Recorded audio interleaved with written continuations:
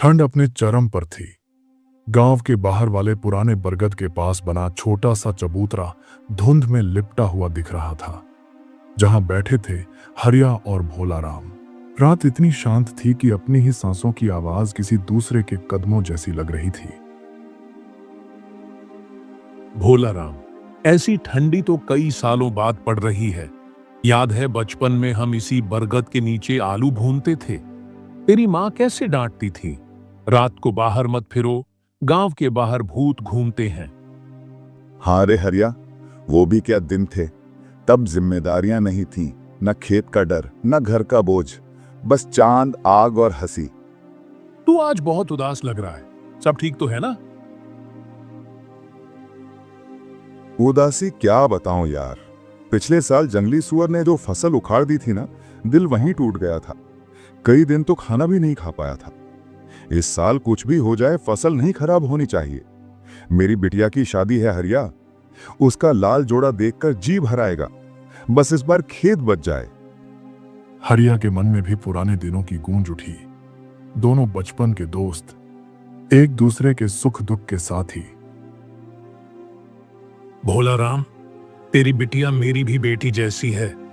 जब वो छोटी थी ना, मुझे हरिया काका कहकर पीछे पीछे घूमती थी। फसल पर कोई आंच नहीं आने देगा जब तक हम दोनों जिंदा हैं। कभी कभी लगता है हरी, ये खेत ही हमारा सब कुछ है। रोएंगे भी तो इसके सहारे, हंसेंगे भी इसी पर। कुछ देर तक दोनों चुप रहे। ठंडी हवा सरसराती हुई गुजरती है। हरिया ने चबूतरे से नीचे झांकते हुए कहा, तुझे भी कुछ अजीब नहीं लग रहा, जैसे आज रात कुछ ज्यादा ही शांत है? अरे तो हर बात में भूत मत ढूंढ। ठंड ज्यादा है, इसलिए आवाजें दूर दूर तक दब जाती हैं। लेकिन तभी पीछे कहीं झाड़ियों में से किसी के चलने की आवाज आई। दोनों सन्न रह गए। भोला राम, सुना तूने? ऐसा लग रहा है कि कोई चल रहा है। भोला राम ने गर्दन उधर घुमाई, पर अंधेरा इतना गहरा था कि कुछ दिखाई नहीं देता था। हाँ, सुना तो मैंने भी। लगता है कोई जंगली जानवर होगा। चल चलकर देखते हैं, कहीं फसल पर हमला न कर दे। आज रात कुछ गड़बड़ लग रही है। आवाज ऐसी थी जैसे कोई चल रहा हो, इंसान जैसा। भोला राम ने घबराहट छुपाते हुए कहा, इंसान इस ठंड में, रात के इस पहर? हम दोनों के अलावा यहां कौन आएगा? दोनों कुछ पल खामोश खड़े रहे। हवा में सरसराहट बढ़ती जा रही थी। हरिया ने धीरे से फुसफुसाया, चल। आवाज उधर से आई थी। धीरे धीरे चलना, पता नहीं क्या है। दोनों सावधानी से खेत के किनारे चलने लगे। कई मिनटों तक कुछ नहीं दिखा, सिर्फ झाड़ियों की अजीब हलचल और रात का गहरा अंधेरा। तभी अचानक, रुक, देख, आगे कोई जा रहा है। दोनों तुरंत पास के एक पेड़ के पीछे झुक गए। घास के बीच एक परछाई धीरे धीरे आगे बढ़ रही थी। कदम भारी थे, जैसे कोई किसी बोझ के साथ चल रहा हो। जरा ठीक से देखने दे। अरे, ये तो शंकर है। क्या शंकर? विक्रम जमींदार का चमचा? ये यहां इतनी रात को क्या कर रहा है? शंकर मशाल जैसी टिमटिमाती लालटेन हाथ में लिए तेज तेज कदमों से आगे बढ़ रहा था। हर कुछ सेकंड में पीछे मुड़कर देख भी रहा था, जैसे किसी को डर हो कि कोई पीछा कर रहा है। ये आदमी कभी सीधा काम नहीं करता। और ये दिशा तो हमारे गांव के पुराने कुएं की तरफ जा रही है। वहां आधी रात को कौन जाता है? भाई, कुछ तो जरूर गड़बड़ है।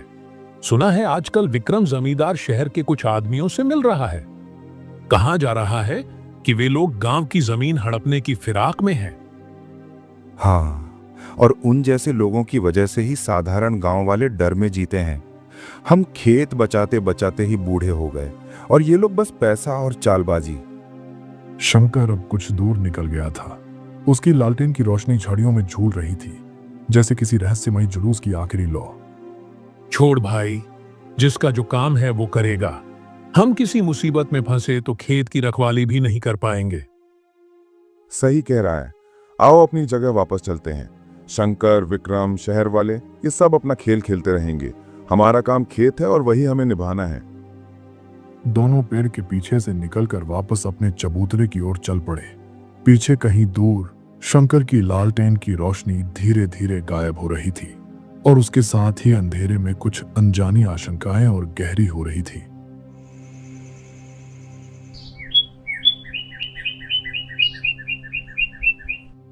सुबह की पहली किरणें गांव की कच्ची गलियों पर गिर रही थीं, मगर आज गांव में वह शांत माहौल नहीं था।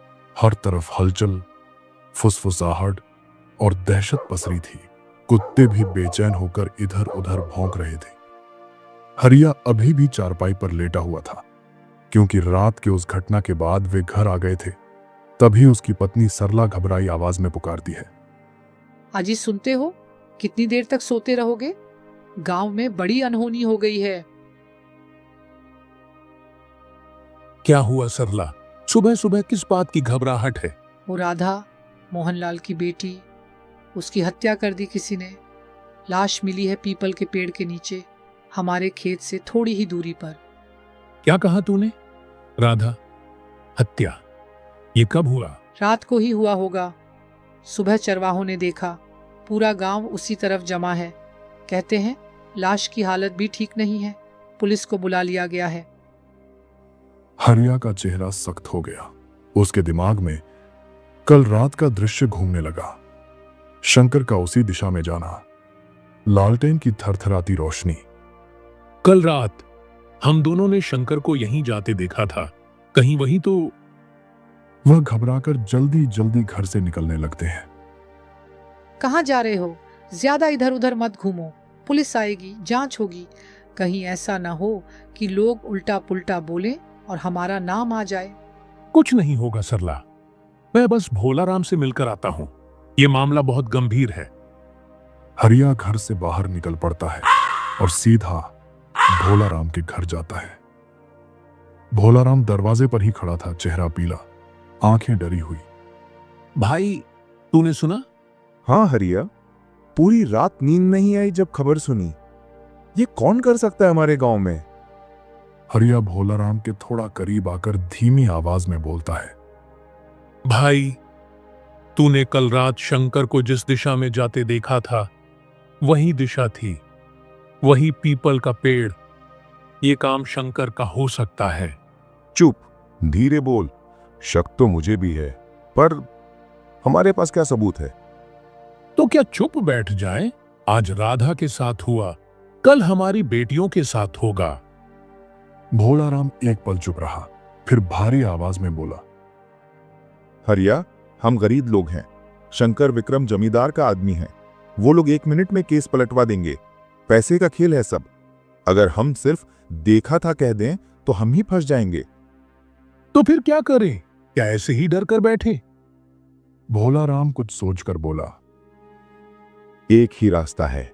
अगर हम किसी तरह सच्चाई सबके सामने ला सकें, इतने पुख्ता तरीके से कि लोग यकीन करने पर मजबूर हो जाएं। लेकिन जब तक मौका न मिले, हमें चुप रहना होगा। ठीक है, लेकिन पहला सुराग हमें शंकर से ही मिलेगा। वह रोज शाम को गांव की आखिरी चाय की दुकान पर आता है। वहीं मिलते हैं आज शाम। शाम को चलेंगे।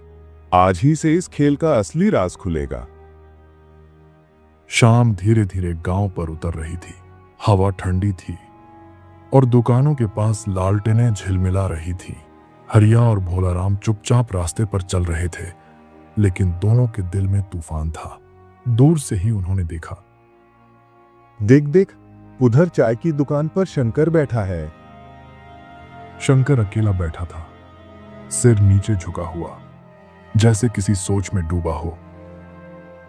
आज असली परीक्षा होगी। हम राधा के बारे में दुख भरी बातें छेड़ेंगे। अगर वह हमारी बात में भावुक होकर साथ दे तो शायद उसका हाथ नहीं, और अगर चुप रहा या उठकर चला गया तो समझेंगे दाल में कुछ काला है। दोनों ने गहरी सांस ली और चाय की दुकान की ओर बढ़े।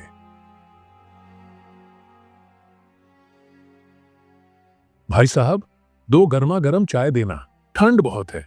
हाँ हाँ, बैठ जाओ, अभी बनाता हूं।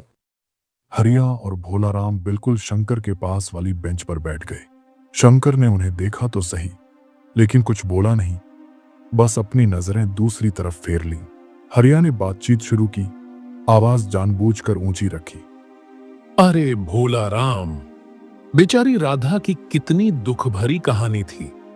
जब पैदा भी नहीं हुई थी तब उसके पिता गुजर गए थे। 5 साल की हुई तो मां भी चली गई। किसी तरह उसकी दादी ने पाल पोस कर बड़ा किया, पढ़ाया भी। हाँ, और पिछले साल उसकी दादी भी मर गई। वो लड़की पूरी तरह अकेली हो गई थी। अब उसके साथ ये दुर्घटना हो गई। कौन ऐसा कर सकता है? किसका दिल इतना पत्थर का होगा? शंकर की उंगलियां कांपती दिखीं, लेकिन वह चुप रहा। हरिया ने बात को और गहरा किया। सुना है उसके नाम पर कुछ जमीन भी थी, वही जमीन जो उसके पिताजी ने मेहनत से खरीदी थी। कहीं किसी ने उसे हड़पने की साजिश तो नहीं की? जमीन के लिए लोग कुछ भी कर सकते हैं, यहां तक कि हत्या भी। इतना सुनते ही शंकर ने एक झटके में कप नीचे रखा। उसकी आंखें थोड़ी फैल गई, फिर वह बिना कुछ कहे उठकर तेजी से वहां से निकल गया। हरिया और भोलाराम दोनों एक दूसरे को देखते रह गए। देखा, जमीन का नाम आते ही भाग गया। यह साधारण बात नहीं है हरिया। शक गलत नहीं था हमारा। हां, कोई बेगुनाह ऐसे नहीं भागता, लेकिन अभी इसे सबूत नहीं कह सकते। हमें कुछ और करना होगा, कुछ पक्का, जो इस सच्चाई को सामने ला सके। यही वक्त है समझदारी दिखाने का। एक गलती से हम दोनों फंस भी सकते हैं। लेकिन अब साफ है, मामला जमीन का है और शंकर उसमें गहरे शामिल है। ठीक है, अब हमें अगले कदम की योजना बनानी होगी, क्योंकि राधा को इंसाफ दिलाना जरूरी है और सच सामने लाना ही पड़ेगा, जो भी कीमत हो। इधर शंकर तेज तेज कदमों से विक्रम जमींदार के बड़े हवेलीनुमा घर में घुसा। हवेली के अंदर अंधेरा था। सिर्फ एक लालटेन की रोशनी दीवारों पर टेढ़ी मेढ़ी परछाइयां बना रही थी। सेठ जी, अभी अभी चाय की दुकान से आया हूं। वहां लोगों के बीच बातें हो रही थी। सबका कहना है कि राधा का मामला जमीन को लेकर है। मुझे शक है सेठ जी, कहीं कोई सच्चाई तक न पहुंच जाए। कौन है गांव में जिसकी इतनी हिम्मत है कि मेरी की हुई बातों पर चर्चा करे? सेठ जी, वही हरिया और भोलाराम। और मुझे लग रहा है कि शायद कल रात उन्होंने मुझे देख लिया होगा। वो दोनों अक्सर अपने खेत में ही रात गुजारते हैं। विक्रम अचानक सीधा बैठ गया। उसके चेहरे पर चिंता की लकीरें उभर आईं। अगर उन्होंने देख लिया है तो मामला गड़बड़ हो सकता है। कुछ करना पड़ेगा। कुछ क्षण चुप्पी रही, फिर विक्रम की आवाज खतरनाक रूप से धीमी हो गई। तुम ऐसा करो शंकर, भोलाराम की बेटी को उठा लो। सुना है जल्द ही उसकी शादी है। उसे उठाओगे तो वे दोनों जुबान खोलने से पहले 100 बार सोचेंगे। बोलती हमेशा के लिए बंद हो जाएगी। पर सेठ जी, उससे उठाने से क्या होगा? क्या करेंगे उसके साथ?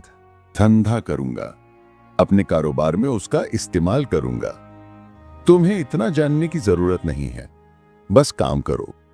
आज की रात सोनिया गायब हो जानी चाहिए। ठीक है मालिक, आप जैसा कहें, आज रात ही उसे उठा लूंगा।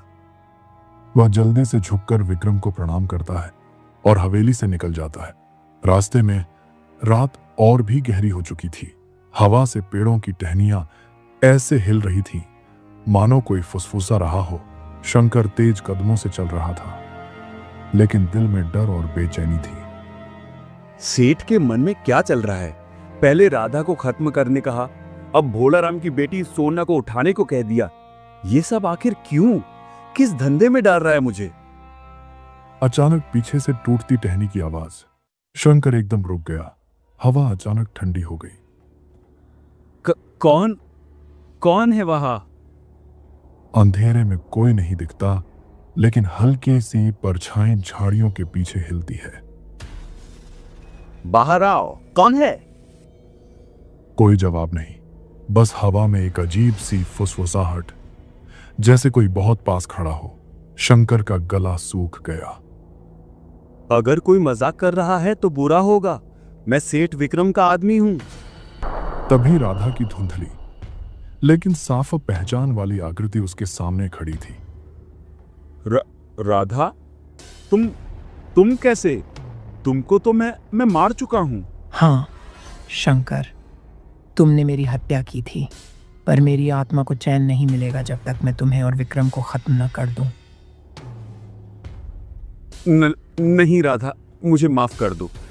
मैंने बहुत बड़ी गलती की। मैं सिर्फ विक्रम के कहने पर। जब मैं हाथ जोड़कर तुम्हें जीने की भीख मांग रही थी तब तुम्हें दया नहीं आई थी शंकर। आज तुम्हारी बारी है। राधा नहीं, मुझे छोड़ दो। मैं लेकिन वाक्य पूरा होने से पहले राधा की आत्मा एक ठंडी हवा की तरह उसके चारों ओर घूमी और अचानक एक चीख गूंजी और शंकर का शरीर जमीन पर गिर पड़ा।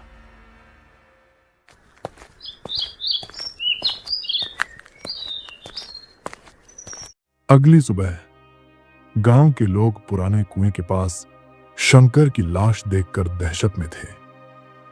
किसी को समझ नहीं आ रहा था कि यह सब इंसान का काम है या किसी अदृश्य ताकत का। शाम के वक्त चाय की दुकान पर हरिया और भोला राम दोनों बैठकर धीमी आवाज में बातें कर रहे थे। हमने तो सोचा था राधा की मौत में शंकर का हाथ है, लेकिन अब वो भी नहीं रहा।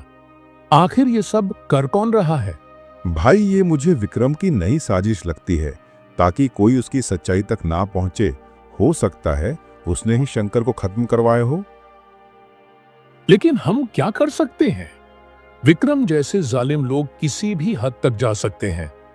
अगर उसे पता चल गया कि हम सच पता लगाने की कोशिश कर रहे हैं तो हमें भी खत्म कर देगा। नहीं भाई, हम बातों को यहीं खत्म कर देते हैं। हमारा परिवार है, कहीं हमारे साथ भी कुछ बुरा ना हो जाए। हाँ, एक बुरा सपना समझकर भूल जाते हैं, यही ठीक होगा। दोनों उठकर घर की ओर चल पड़े। रात उतर आई थी, हवा में एक अनजाना डर तैर रहा था। तभी उनके पीछे किसी ने बहुत धीमे लेकिन साफ कहा, हरिया, भोलाराम, रुको। दोनों एकदम रुक गए। पीछे मुड़कर देखा, सड़क पर कोई नहीं था, बस हवा बह रही थी। कौन है? ये आवाज कहां से आ रही है? धीरे धीरे धुंध के बीच से राधा की आत्मा प्रकट हुई। चेहरा शांत पर आंखों में आग।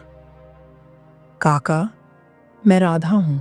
मुझे विक्रम और शंकर ने मिलकर मार डाला था, मेरी जमीन हड़पने के लिए। भोलाराम की आंखों में सदमा और गुस्सा दोनों आ गए। हरिया, हमारा शक सच निकला। ये सब विक्रम की ही साजिश थी। वो दुष्ट, वो राक्षस। शंकर को मैंने खत्म कर दिया है, अब सिर्फ विक्रम बचा है। जब तक उसे मिटा न दूं, मेरी आत्मा को चैन नहीं मिलेगा। पर बेटी, तुम चाहती क्या हो हमसे? मैं उसे घर के अंदर या दिन के समय नहीं मार सकती। उसकी ताकतें और घर की तांत्रिक रक्षा मुझे रोकती हैं। तुम दोनों को उसे किसी भी तरह बाहर निकालना होगा। ये कैसे करेंगे हम? हम तो साधारण किसान हैं। नहीं भाई, ये हमें करना होगा। ये हमारे गांव का सवाल है, हमारी बेटियों का सवाल है। आज राधा के साथ हुआ, कल किसी और राधा के साथ भी हो सकता है। इन जैसे राक्षसों के लिए कोई जगह नहीं है। ठीक है, हम तैयार हैं। चल भोलाराम। विक्रम की हवेली के बाहर दोनों जोर जोर से चिल्लाने लगे। विक्रम, बाहर आ, बाहर आ, तुझे काम है। विक्रम, निकल बाहर। अंदर से गुस्से में चिल्लाहट आई। कौन कमीने हैं जो मुझे इस तरह पुकार रहे हैं? वह गुस्से में दरवाजा खोलकर बाहर आया। उसके चेहरे पर तिरस्कार साफ था। तुम दो भिखारी, हिम्मत कैसी हुई मेरी नींद खराब करने की? ज्यादा बोलोगे तो? तभी हवा रुक गई। रात एकदम शांत और फिर राधा की आत्मा सामने प्रकट हुई। विक्रम का चेहरा पीला पड़ गया। राधा, ये कैसे? तुम तो मर चुकी हो। हाँ विक्रम, मैं मर चुकी हूं, पर मेरी आत्मा को चैन नहीं मिलेगा जब तक तू मर न जाए। नहीं नहीं राधा, मैं सब छोड़ दूंगा, अपना हर गलत काम। बस मुझे एक मौका दे दो। जब मैं तुम्हारे सामने जिंदगी की भीख मांग रही थी, तब तुमने मुझे एक मौका भी नहीं दिया था। आज तुझे भी कोई मौका नहीं मिलेगा। नहीं, मत आना, मुझे छोड़ दो। लेकिन आत्मा हवा की तरह उसके अंदर समा गई। विक्रम का शरीर कांपने लगा, आंखें उलट गईं और फिर वह जमीन पर धड़ाम से गिर पड़ा, निर्जीव। रात में एक अजीब शांत छा गया। बेटी, अब तो तुम्हें चैन मिलेगा ना? काका, अब मुझे शांति मिलेगी, पर याद रखना, अन्याय के सामने चुप रहना भी पाप है। अगर तुम दोनों ने हिम्मत ना दिखाई होती तो ये गांव हमेशा अंधेरे में रहता। बेटी, तुम्हारे साथ जो हुआ वो किसी के साथ ना हो। हम वादा करते हैं गांव को ऐसा कभी नहीं होने देंगे। राधा की आत्मा धीरे धीरे धुंध में बदलने लगी। अब मैं जा रही हूं काका, मेरी आत्मा को आज सच्ची मुक्ति मिली है। धीरे धीरे वह प्रकाश में बदलती गई और पूर्णतः गायब हो गई। हरिया और भोलाराम वहीं खड़े रहे, मन में डर नहीं बल्कि एक गहरी सीख लिए।